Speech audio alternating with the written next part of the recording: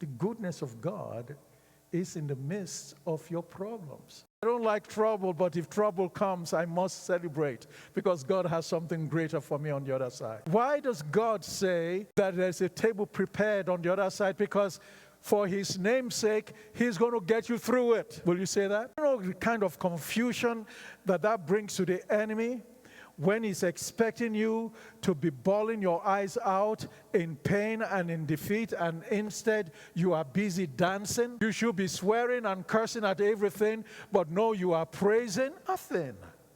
I see the victory on the other side. I celebrate the goodness of God. And the Word of God says, if you don't get it, if you're lacking wisdom about this hearing of the Word of God and doing it, ask God. He'll give you an understanding.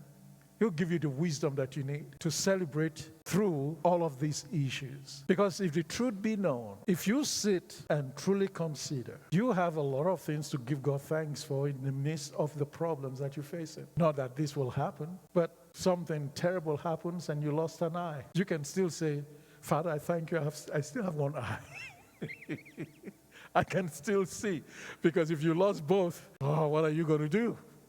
But what if you lost both and all of a sudden your hearing and your sense of smell and sense of touch happens? You can still say, God, I thank you.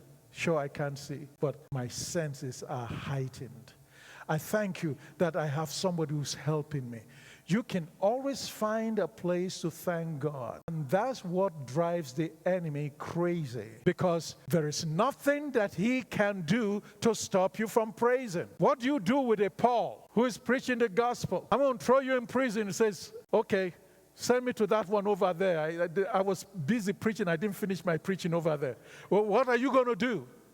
You want to terrorize him with death? He says, I die daily. But what are you going to do? You've got to frustrate the enemy by not giving him any hold. Frustrate Satan and all his cohorts by not giving them anything to celebrate. Because no matter what happens, while you are there in prison, you are busy at the midnight hour using the chains for tambourine. I'm praising God.